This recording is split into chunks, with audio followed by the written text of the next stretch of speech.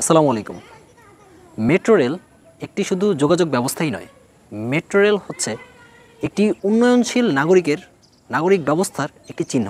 আমরা যদি উন্নত দেশগুলোর দিকে দেখি, সিঙ্গাপুর, মালয়েশিয়া, ম্যাক্সিমাম জায়গায় মেট্রো রেলের ব্যবহার খুব বেশি পরিমাণে হচ্ছে।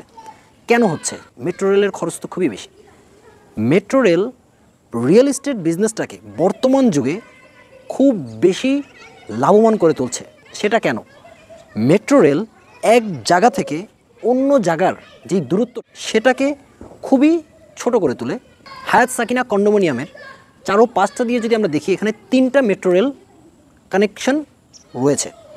এমআরটি লাইন 5 এর নর্থ এবং সাউথ পোর্শন এবং এমআরটি লাইন 1 যা করে তুলেছে এই হায়াত সাকিনা কন্ডোমিনিয়ামকে একটি কমিউনিকেশন প্রিমিয়াম হাব জোন, এবং যে কারণে এই জায়গার দাম ক্রমান্বয়ে বেড়ে চলেছে।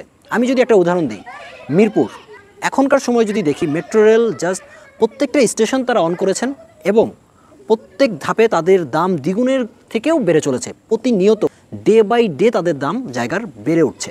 সেটা কেন? শুধুমাত্র মেট্রো রেলের কারণে।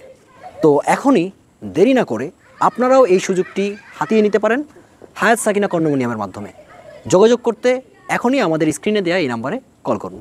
ধন্যবাদ।